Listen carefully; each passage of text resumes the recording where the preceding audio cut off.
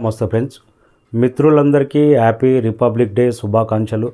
ఈరోజు భారత government megastar Chiranjeevi గారికి, వెంకయ్య నాయుడు గారికి పద్మ విభూషణ్ అవార్డు ప్రకటించిన సందర్భంగా వాళ్ళిద్దరికీ శుభాకాంక్షలు తెలియజేస్తూ Nandamuri Balakrishna latest hat-trick blockbuster Bhagavanth Kesari నేటితో 100 రోజులు కంప్లీట్ చేసుకున్నది.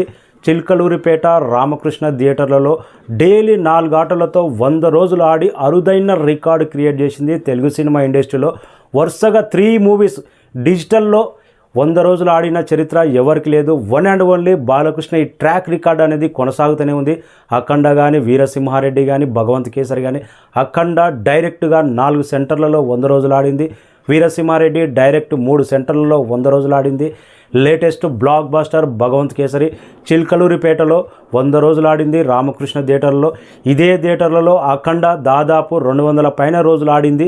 అక్కడ ఏ సినిమా బాలకృష్ణ సినిమా పడ్డదంటే యావరేజ్ ఉన్నా ఎట్లా ఉన్నా అక్కడ ఫ్యాన్స్ అనేది 100 రోజులు ఆడిస్తారు, రిపీటెడ్గా చూస్తారు. ఇలాంటి ట్రాక్ రికార్డ్ అనేది కొన్ని సెంటర్లలో బాలకృష్ణకు అలాంటి మాస్ ఫాలోయింగ్ ఉంది. కాబట్టే అఖండ, వీరసింహారెడ్డి, లేటెస్ట్ భగవంత్ కేసరి ఎక్కడ ఓ చోట డిజిటల్లో స్ట్రీమింగ్ అవుతున్నా కానీ 100 రోజులు ఆడుతుందంటే తెలుగు సినిమా ఇండస్ట్రీలో లాంగ్ రన్ 100 రోజుల రికార్డులు కొట్టాలంటే అప్పట్లో కానీ ఇప్పట్లో కానీ ఆ ట్రాక్ రికార్డ్ అనేది బాలకృష్ణ పేరు మీద చెక్కు చెదరలేదు, అదే కొనసాగుతూనే ఉంది.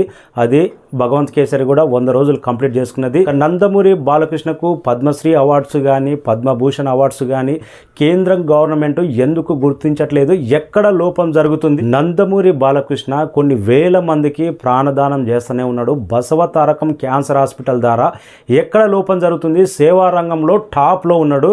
అన్యాయం అనేది ఎక్కడ జరుగుతుంది అనేది నెక్స్ట్ వీడియోలో మాట్లాడదాం. థ్యాంక్